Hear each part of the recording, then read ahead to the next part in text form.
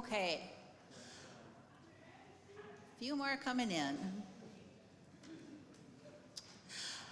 I'm Emily Anderson from Emmanuel Church, and just so very happy to welcome you this morning to our forum, Care, Learn, and Act. We really appreciate your showing your care by attending here, whether you're in the sanctuary or whether you're watching remotely someplace on this busy Sunday. You may not know, but the Wisconsin Council on Churches has proclaimed today as Immigration Justice Sunday, and the week following is Immigration Justice Week. So today we are invited to hear and to act upon Christ's call to love one another by caring about our immigrant neighbors and immigrant justice issues.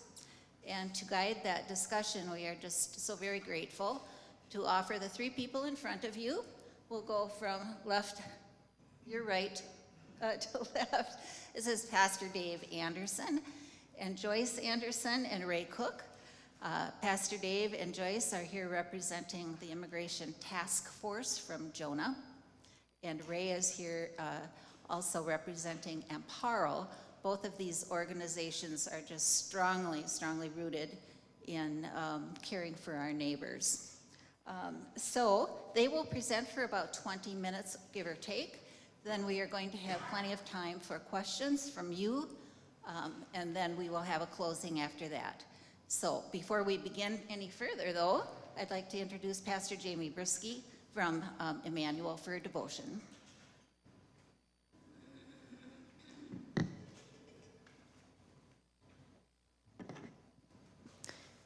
Thank you, Emily, and thanks to all of you for being here. I'm very honored to open us with a devotion, to open us to a moment to reflect and think theologically about why this matters to us.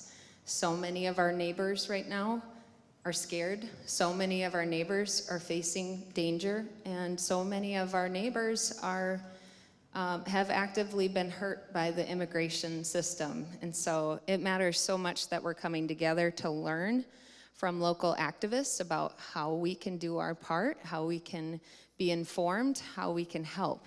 And I think a lot of that does stem from our faith as Judeo-Christians and people of faith. And so I just wanted to call to mind a few things that acknowledge that. And one of those is a verse from Leviticus representing the Torah on what we're called to do toward those who are foreigners in our midst.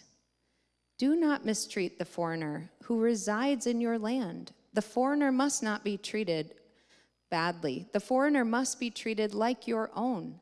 Love them as you love yourself, for you too were a foreigner in the land of Egypt. And that kind of summarizes a lot of the call in the Hebrew Bible and a lot of the call that Jesus continues to guide us into, to love our neighbors, to love our enemies, and that trio that the prophets often talked about, the widow, the orphan, and the stranger in the Hebrew Bible, and the call to care for them in the midst of the community. Our own presiding bishop in the ELCA, Bishop Elizabeth Eaton, recently also did a call to congregations to encourage them to act, to encourage them to be informed about this issue. And she quoted St. Paul saying, "So let us not grow weary of doing what is right." And then she said this, "You are a superpower. They don't expect thousands and thousands of ordinary people in the pews and in our communities to join together for this action. So get motivated and get organized. We are church together, and together we will continue to defend the most vulnerable communities and people among us, as Jesus taught us." And so we respond to that call to action from our presiding bishop, from many members of the community, from the prophets in our midst and around us. And so I would like to share a prayer for us as we again just reflect on our need to do this work as individuals, but as a community, as people of faith, as people of goodwill. Defiant God, if you were the voice of the prophets, then you remain a God who speaks out against exploitation and oppression. Silence the lies in our minds that tell us our fight is futile. Let us hope in our cause, and let that hope swell.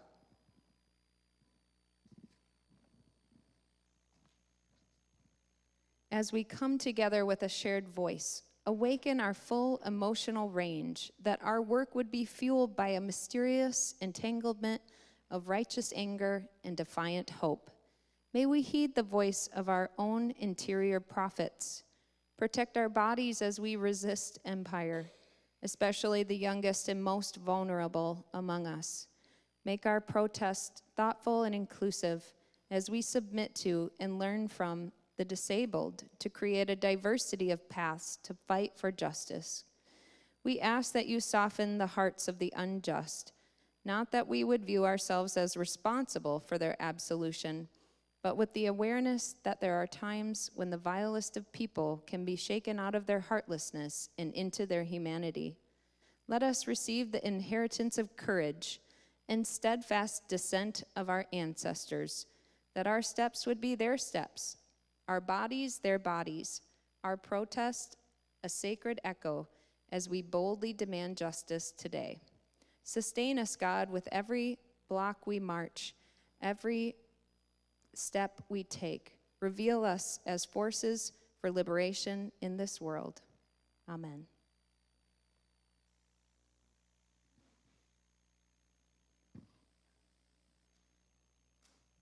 So can I use this microphone since it's pointed at me? Can you all hear me? Yeah. Here, let me just get a little bit. There, is that better? That means I just sit up nice and straight.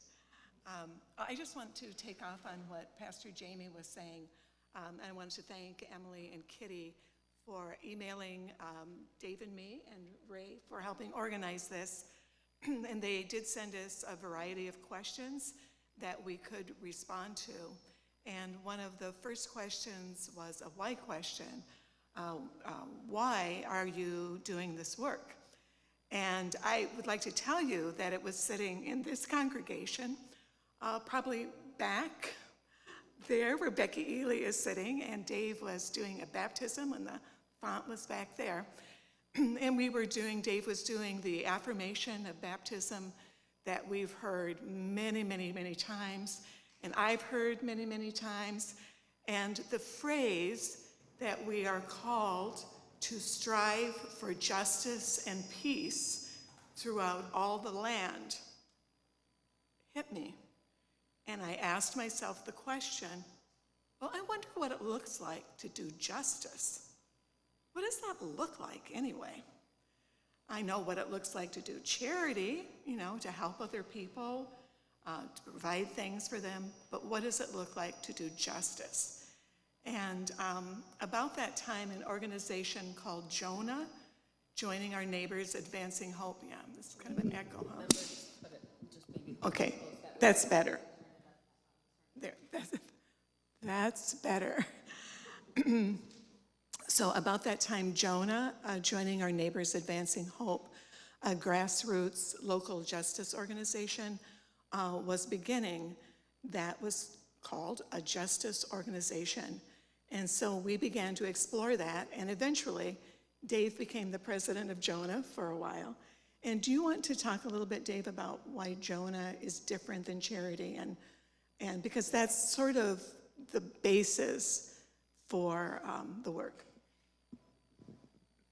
The story, maybe you've heard this story that's often told about justice, and what that means is the story that there was a town by the river, and suddenly they discovered people floating by on the river drowning, and so people would go out there and drag them in and resuscitate them, and it just kind of kept up and kept up and kept up, and they eventually had somebody stationed there to pull people to shore and to safety.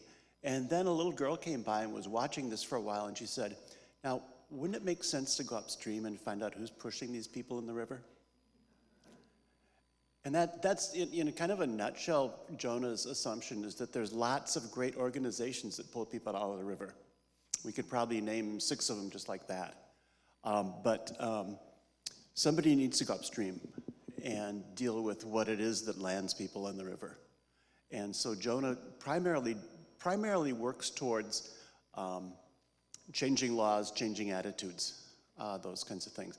But the more we worked with particularly the Spanish-speaking community, the more we found out that another emphasis of Jonah's is very important, and that is building relationships.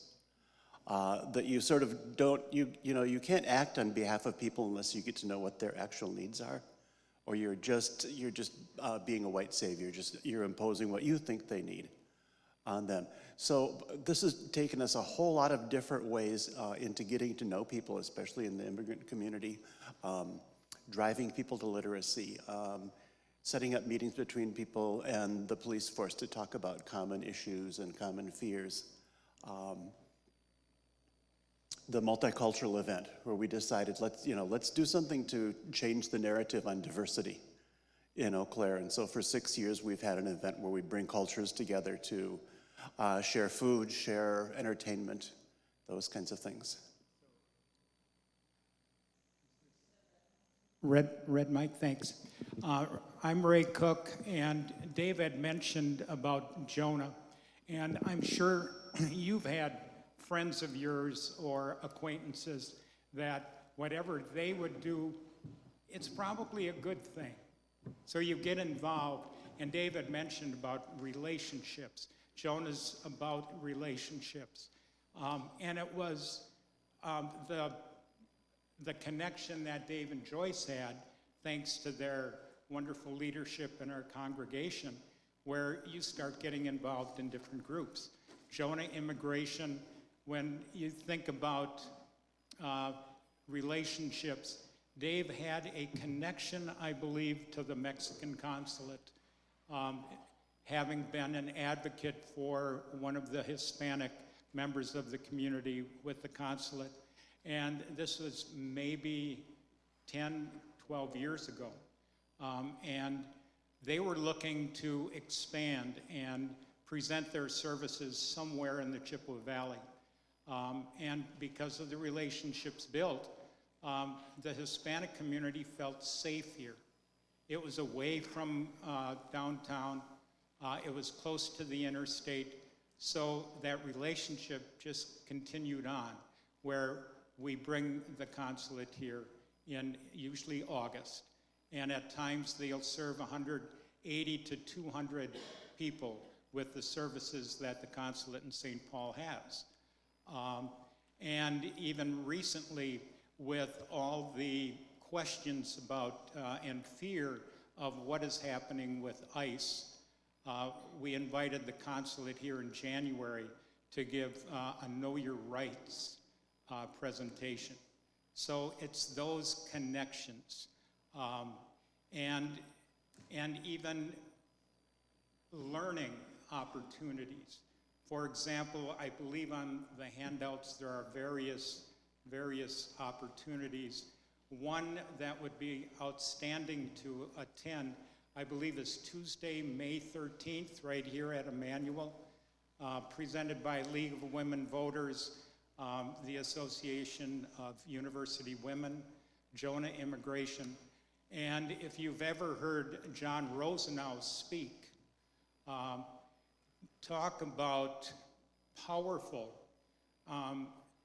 when you hear that, does anybody have an idea how much of our milk is harvested by migrant help here in Wisconsin? Anybody want to venture a guess? Oh, Vic, you're good. 80% of our milk is harvested by migrant help. And to hear John, an advocate for immigration reform, speak, and the relationships that he has built with the families of his workers. And he goes, without them, I don't have a farm. They said, what would your plan be if there is an ICE presence on your farm? He goes, Well, it's in my top drawer of my desk. That's my Plan B. It's the name of the neighbor of mine that will buy my cows. And so it's things that seem to go from one connection to another connection.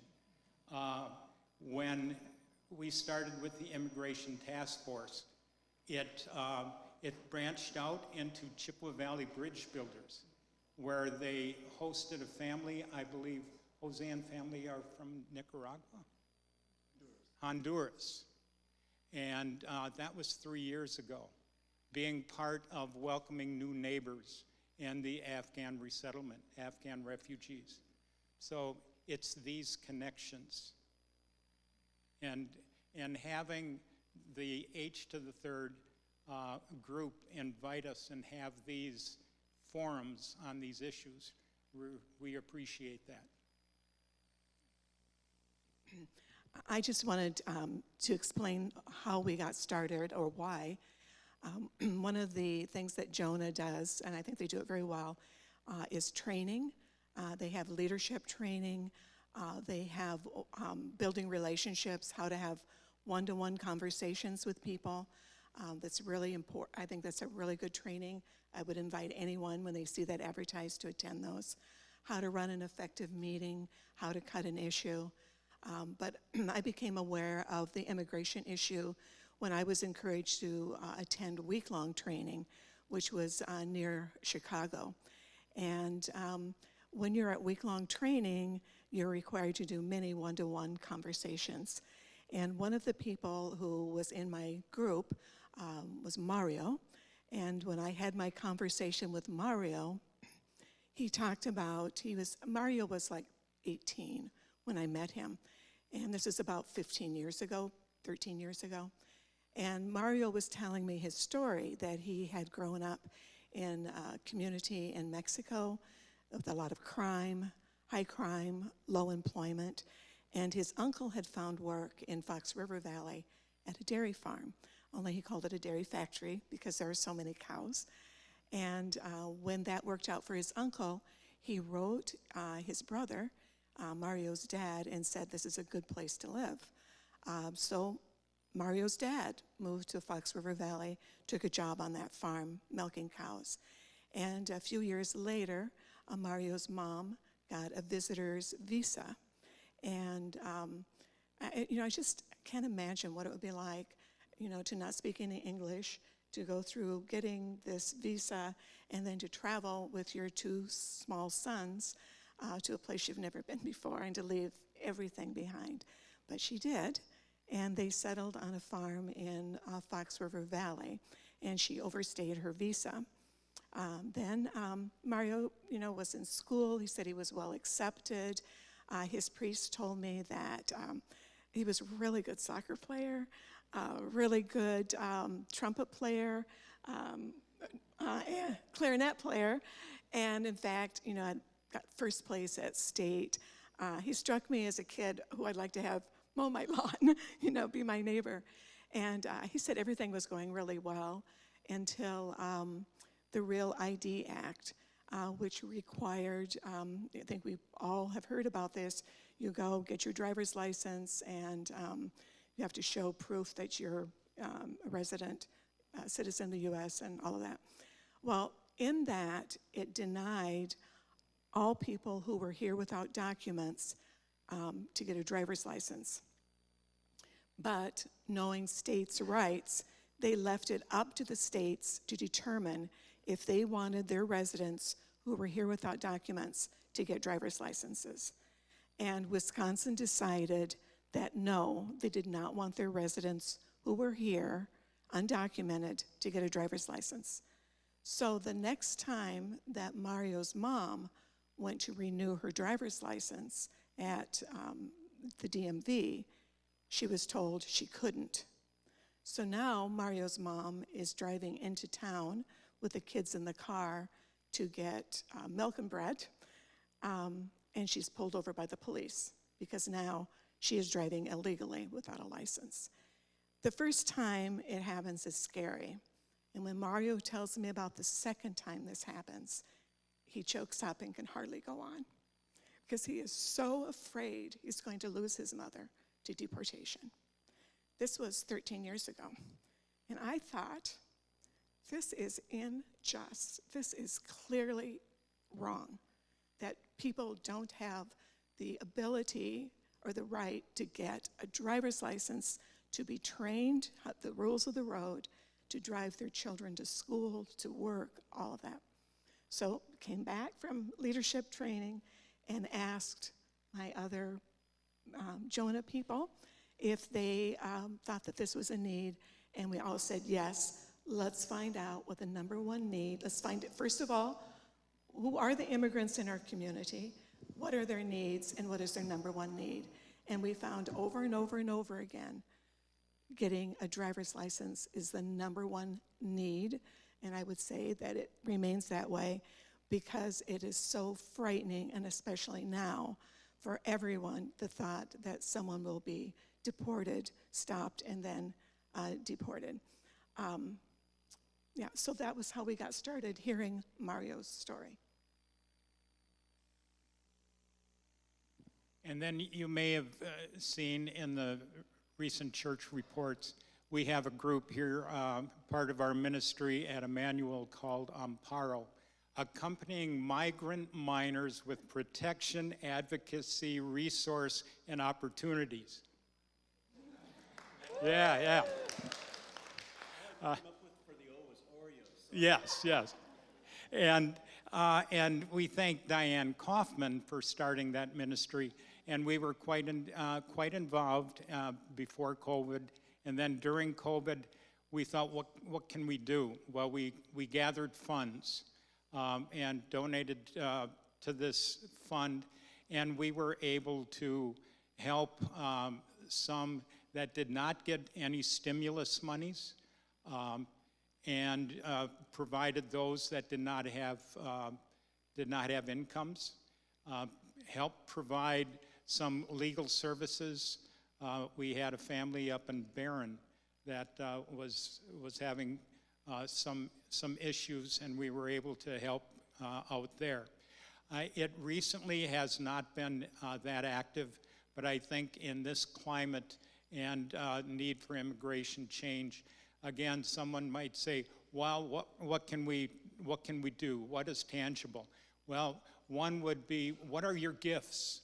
Are you a good organizer? Are you a good leader that you can send out minutes or take minutes? Or be a leader of, well, I can organize that. I can send out an email. Let's get together.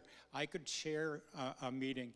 If you have that gift and would like to see that, contact me here at Emmanuel, and we can get that going again. And there are various funds. I don't know, Dave, I didn't look over this sheet. If you included Chippewa Valley Bridge Builders, a fund that they had, and that's run through First Congregational.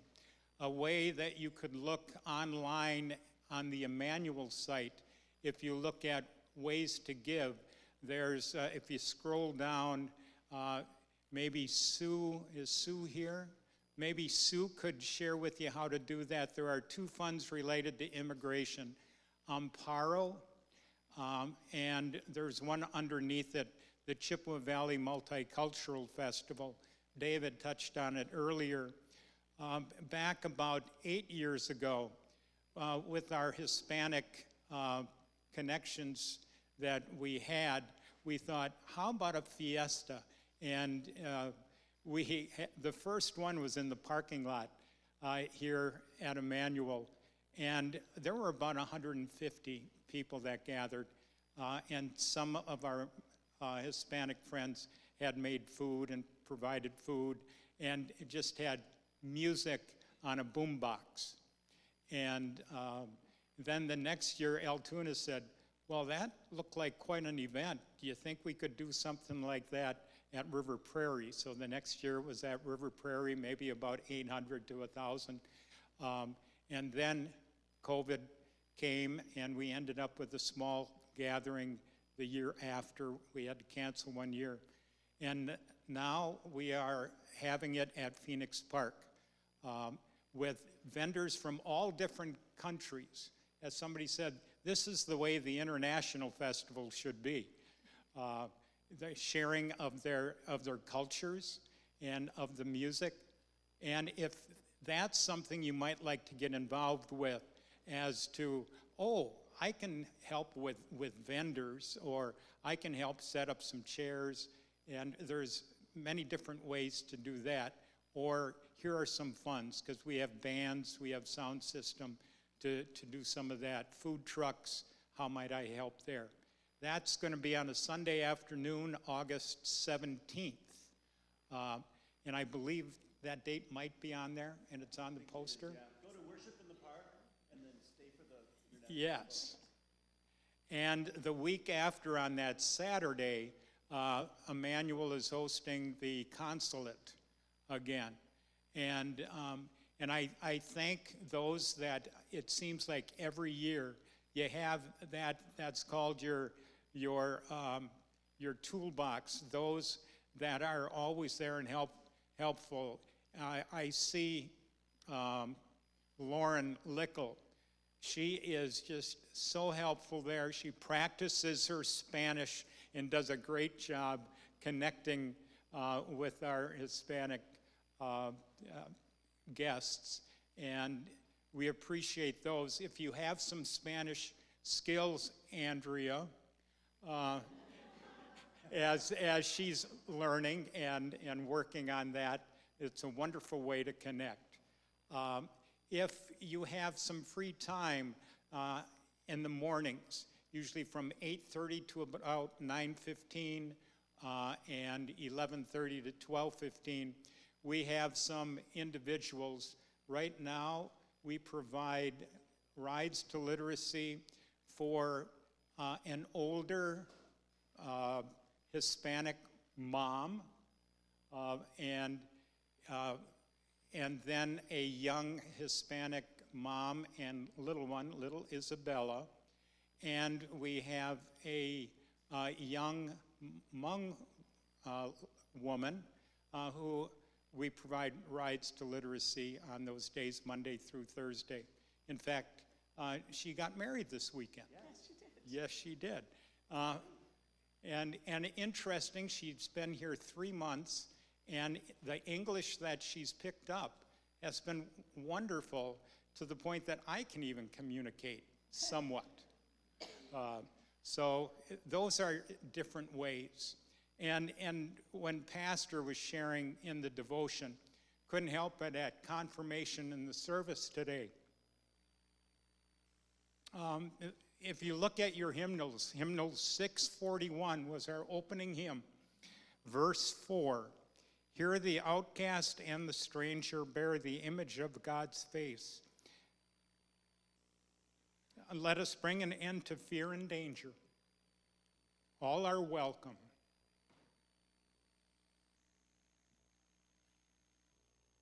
I'm just wondering if it's time for questions, unless you have something more you want to say, Dave. I'll do a quick neighbor-to-neighbor thing. How many of you have met Lita C. Montoya? Lita C. Montoya is a young woman who was a doctor in El Salvador, moved here because of gang violence, even went just to get a student visa, went to the university, and when she graduated from there, did not think it safe to go back to El Salvador, so we said to her, why don't you go to seminary? And at that time, someone had paid tuition in seminary. You just had to pay room and board kinds of things. And so Lita C. went to seminary for 2 years under the auspices of our synod, and then became a deacon, and now serves in a ministry of our synod called Neighbor to Neighbor.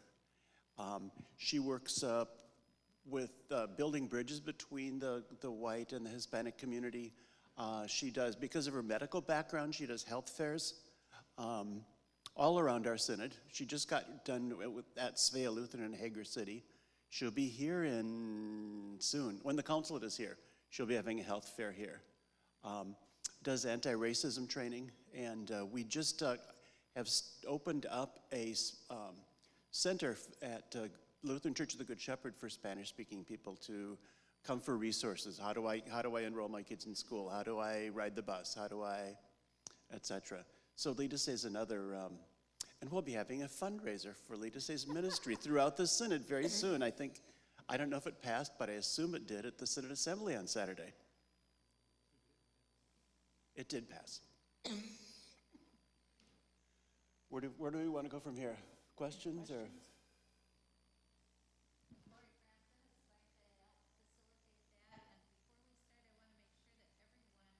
Actually did get a handout from Pastor Davis that has some of the resources and action items. Did everybody get one of those? There's a lot of things on there, from give money to write a letter to things that are more extreme. And take your time to look at that and get it back to church sometime. And if you've offered to come to something or participate in something, we'll use your email address or your phone number to get a hold of you. Yes, thank you so much. Lots of food for thought, and right now what we're interested in is what you may have as questions as a result of what you heard today, or questions that you brought with you, and those were not answered yet. So if you have a question, I have a mic and we'd love to hear it. Anybody?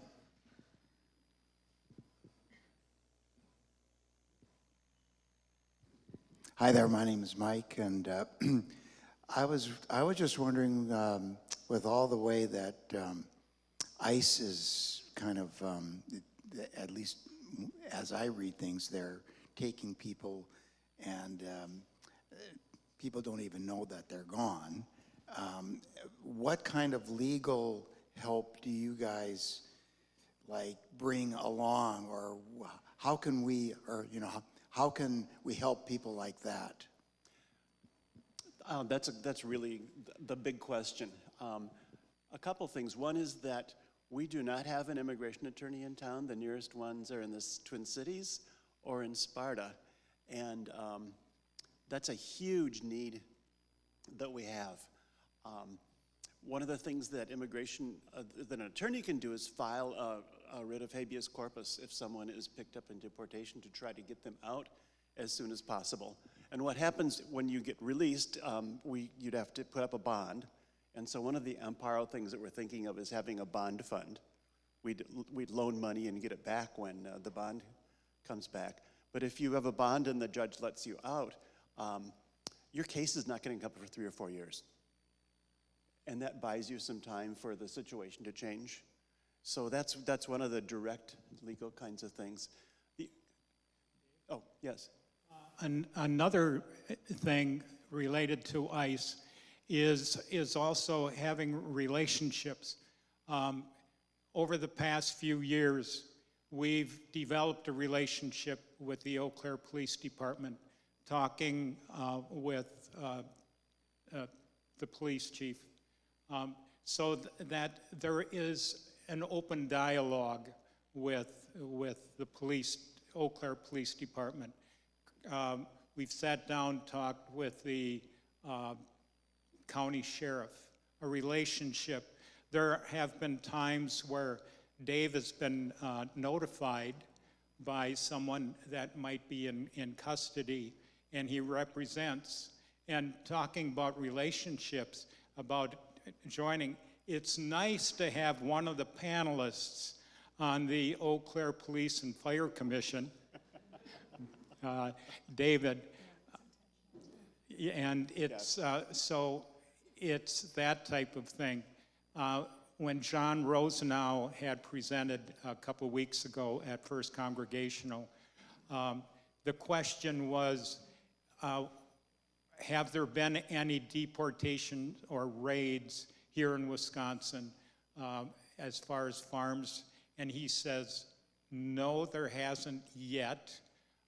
There have been in New York State, and somebody had mentioned Minnesota within the last 2 weeks. But there is a fear of that. I had lunch with a young man of color from our congregation, graduate of St. Olaf. And I said, have you any concerns or notice anything. And he goes, well, I'm okay here in Eau Claire. But when I go back home, which is within 100 miles of the border, we just don't go out. And that just kind of hits home. So it's that underlying fear, even in the grocery store. I'm as concerned as you are about what's happening without due process.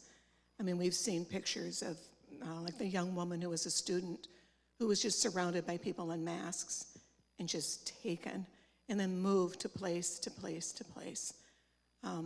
That's federal law. That was, as I understand it, Dave knows a lot more legal stuff than I do, but that came after 9/11, right? The Homeland Security, where ICE was created, is that right? That I don't know. Well, whatever, it's very frightening, I think. And then in Wisconsin to have a judge arrested as well. And I think that, I don't know what we're going to do if our judicial system goes away, because that will, in my opinion, be the end of our democracy.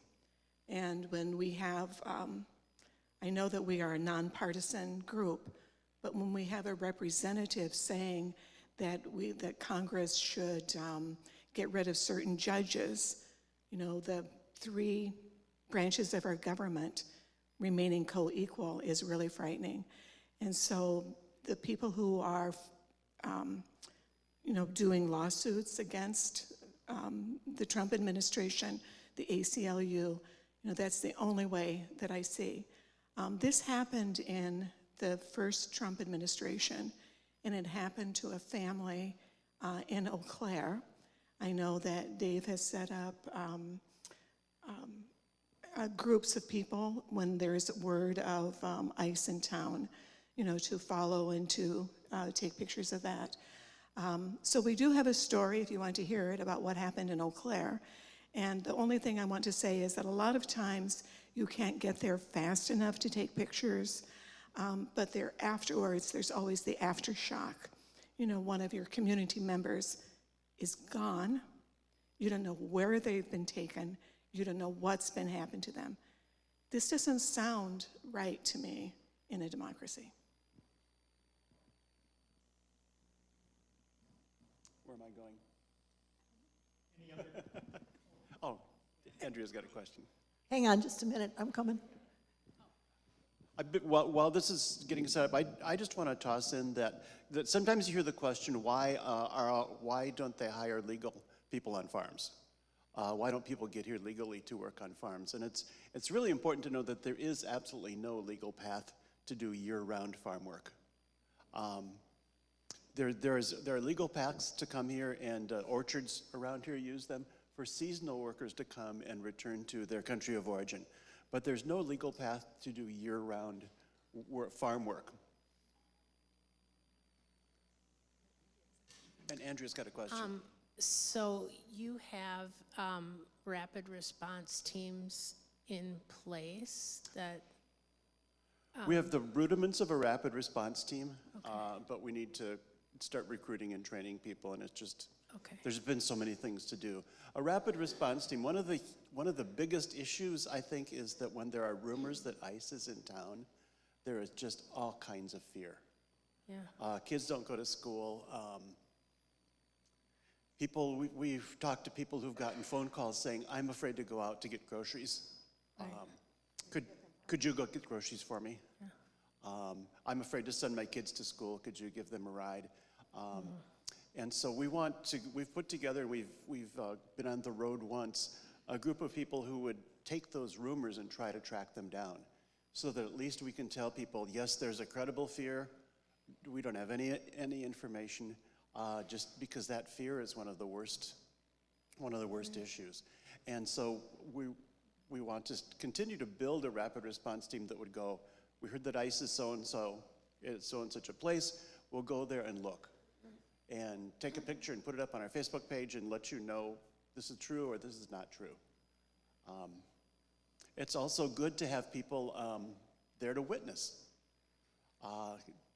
the kinds of abuses that often occur, and the sort of threatening behavior of ICE. We had, another reason that's important is that when we were doing this about 3 months ago, that time when kids wouldn't go to school and there was rumors that there was someone at DeLong, and we got this picture of ICE vehicles on Cameron Street. So we whip up to Cameron Street, we can't find anybody. Later on we find out that picture is from Wauwatosa. So there are people stirring up fear yeah. as well. So we think it's just important for people to know the facts as best we can determine them. Okay. I was just, I'd be interested, for instance, if somebody needed, if they were in that situation and needed somebody to go get groceries, for instance, or, I mean, you would know that we were resources Yeah, I for want to put that. together a list of people that we can call. Recently we put together someone that would take people to Chippewa Falls, a family that has bad teeth. They Oh, told us that's now to- right. I did at the hear Altoona, that. At the Altoona School District called and said, this family has bad Okay. teeth, they can't get anybody to drive them to Chippewa Falls. Okay. We did get someone that's volunteering to You do did? all the driving Okay. for that. Sorry, one more thing was just that, you know how people on Facebook and stuff have been saying, don't cooperate ahead of time before it's necessary with ICE or whatever. And when I hear these stories of, well, like the judge, they were claiming that she routed those two people out a back door or something to avoid whatever. I guess just personally, I would make the assumption that the rule of law is still in place and act accordingly. And if somebody, if somebody then bashed down my door, they would have to prove to me that the rule of law Yeah. is not in place. I don't know, I just wanted to bring that up. And that brings me to another response, and that is that we're trying to get information about knowing your rights to people, to know that you do not have to open the door to someone who doesn't have a search warrant. That's basic. In our democracy, everyone that lives here has basic rights. You don't have to be a citizen to have basic rights. ICE will come to your door and tell you that somebody in your family's been in an accident. We need to talk to you right away, for instance. We need to prepare people for those kinds of things. They will show a warrant that's not a legitimate search warrant, called an administrative warrant, and so we're educating people as best we can on what to look for in a warrant. Is it legitimate or not? I recently, both the ACLU and another law firm in Milwaukee has been saying, don't gather people together to teach them these things. Back in 2017, we did have some big assemblies of people to teach them know your rights, and now they're saying that that's dangerous. And so I've been publishing little legal points on some different websites, a little tidbit that you can swallow today about what your rights are in these situations, and just finished a series on how do you protect employees if ICE comes to visit. What's a public place where anybody can come in your business, and what's a private space? So those are some other things, is like try to protect people from the incursions of that go beyond the law. Questions? Any other questions? I was just wondering what the websites are that you're publishing this information on. Okay, we're publishing it in two places. One, become a friend of me on Facebook. I put it on my own Facebook page. And then we also have a private website called UBAS, which is mostly Spanish-speaking people. We kind of vet the people that we admit just so that we make sure that it's a safe kind of thing. And I've been publishing that on there as well. UVAS. And if you try to log into UVAS, I'm an administrator, I'll look for your name and give you permission. And I post there in Spanish and English. It's on Facebook. UVAS stands for Unidos Vecinos en Alianzas, United Neighbors in Alliances. but it's also for grapes, coming from the Grape Pickers Union action 40 years ago. The word uvas is grapes.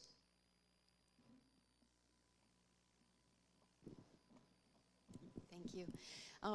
You may have covered this while I stepped out to make some more copies, but I'm thinking about the fundraising portion, knowing that families may be in need, you know, and you've got some funds kind of set aside for emergency use. And I'm wondering if this is a time when we should be adding to that, and if there's any kind of a formal fundraising effort, or could we arrange, you know, help to organize one? Would that be some help that we could give? Yeah, we've got that website on the Emmanuel thing for Amparo, but we haven't done a fundraiser specifically for Bond Fund or for the other need is that usually the person that's taken into custody is the breadwinner. And so people have some immediate needs to get back on their feet and respond. I don't know if it's on the sheet or not, but we've gotten 2 messages from 2 different places that there are families, Hispanic families, who have moved into the community and who have a place to live but have nothing.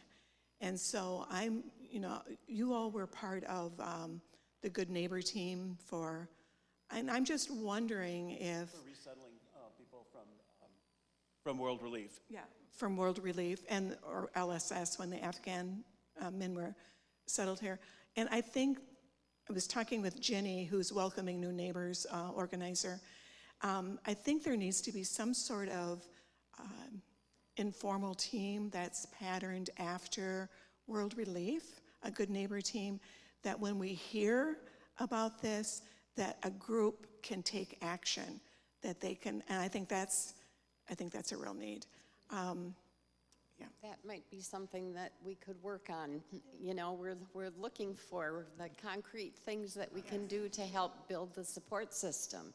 And that sounds like that might be something we'd be interested in. And I think Peg could share with you how something like that goes. Peggy Schwengel was instrumental in being part of that Afghan resettlement group. Yeah, I wouldn't have instrumental, but I guess the sign-up Genius was what they use a lot for getting supplies, you know, things, household goods for the families, and it works slick. It's really good. In fact, as we've been sitting here, I'm going, what can I give you for my house? So, yeah, I don't know. We had groups, we had different groups for each family to help in any way you needed to, you know. And if you have one of these, you could, you know, circle 1 or 2 or 3. How might you want to get involved? You might not want to chair anything, but you might like to give to something. When we were at one of the presentations at First Congregational a couple weeks ago, there was an immediate need. There was a CVTC student, I believe, from Venezuela, with what seems to be such chaotic day-to-day, you know, deportations or denying of visas or this or that. There was a young man, a student, that needed to leave the United States by April 24th. And he did not have the money for a plane ticket to leave. So there was a fundraiser, and they were able to raise funds. This was the letter from Ginny Close from First Congregational. Good morning, great news, and thanks to many of you for your generous support of our Venezuelan neighbor, recently brought to your attention. Financial donations were sufficient to pay for this man's plane tickets from here to Caracas, as well as sufficient travel funds for him to be able to pay large baggage fees.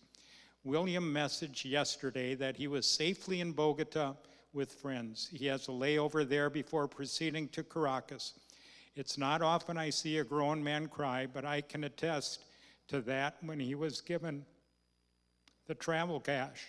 Needless to say, he was more appreciative than words could express. I know he had some bad experiences while here in the U.S., but these last weeks of support and welcoming shown to him definitely showed him our truly caring community. Exciting. Yeah, you just never know when that need arises. Any more questions that are coming from you folks? Wonderful.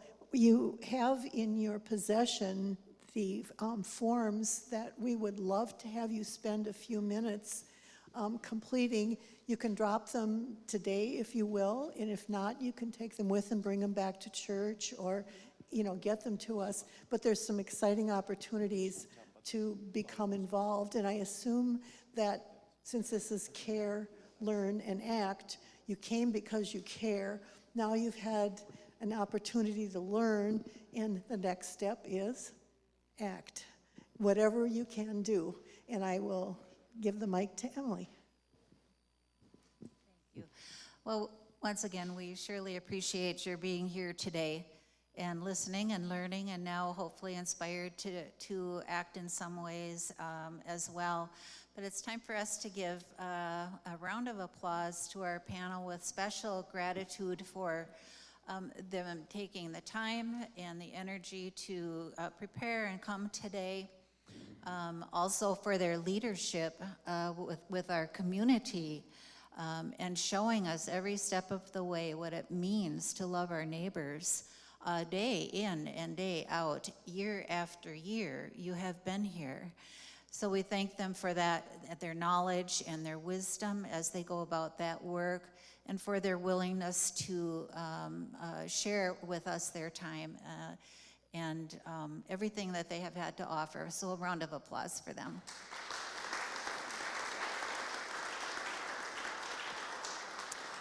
We also want to thank you, every one of you who is here today in person or listening remotely. This is how we show that we care, then how we figure out how we can help. We'd like to close with, again, a reminder, if you can please, to fill out, it'll only take a couple minutes, a feedback, a few questions, couple questions, that will help us in the future. We hope to be able to provide more sharing, learning opportunities that are open to the community in the future. And your input is just of a tremendous value to us. So please, if you could take a couple of minutes to do that. And Pastor Jamie, did you want to say anything else? No? Okay, otherwise, Don, what we're going to do now is cue in a choral presentation that was done, recorded recently by our Emmanuel Adult Choir. That is a wonderful sending message and sending song. We hope you enjoy it, and maybe as you listen, take a look at your feedback form and leave it in the back as you go. Thank you.